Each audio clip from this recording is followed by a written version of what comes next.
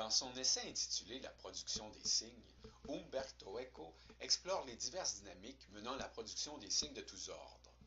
Si nous ramenons le propos à la relation sens-texte, nous pouvons considérer une version relativement simplifiée du schéma élaboré par le linguiste italien, qui prendrait la place de la section codage du schéma inspiré de Jacobson.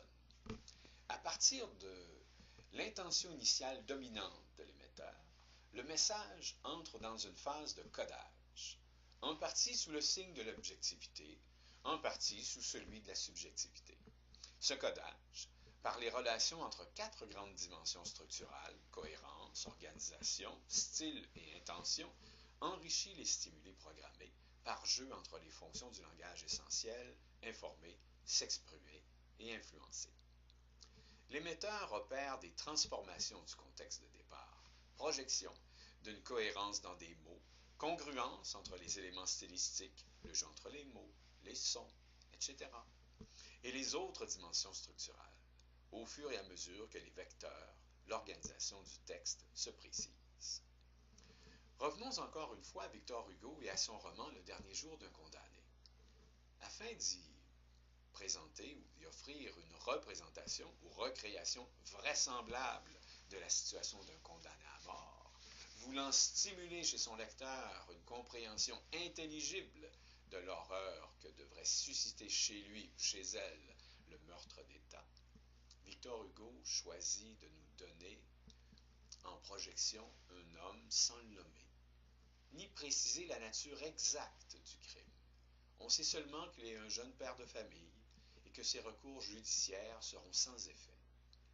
Victor Hugo prend le pari que chaque lecteur ou lectrice pourra se reconnaître dans ce personnage et dans cette situation, ou à tout le moins dans une situation vraiment possible, pour soi ou pour son entourage. Les vecteurs du texte nous confinent à un récit relativement court dans des lieux passablement clos. L'acceptabilité du point de vue de Victor Hugo et l'influence qu'il aura sur celui de la lectrice ou du lecteur reposeront sur la force d'évocation du style même de l'auteur, qui aura à établir le plus grand nombre possible de congruences entre les différentes dimensions de son texte. Le nombre d'allers-retours variera selon la perception des filtres décodés et des filtres encodés découlant des fonctions du langage utilisé. Le travail sur le texte devrait se poursuivre jusqu'à ce que l'émetteur sente que son texte est empreint d'intelligibilité, de recevabilité, d'acceptabilité, de vraisemblance, de reconnaissance et d'efficience. 20 fois sur le métier remettez votre ouvrage, disait Nicolas Boileau.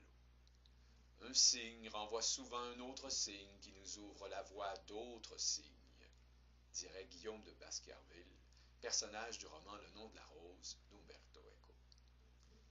La roue des signes, de la production de ceux-ci pourrait tourner à l'infini, dans un chaos magnifique où une magnificence chaotique semble nous suggérer le grand linguiste sémiologue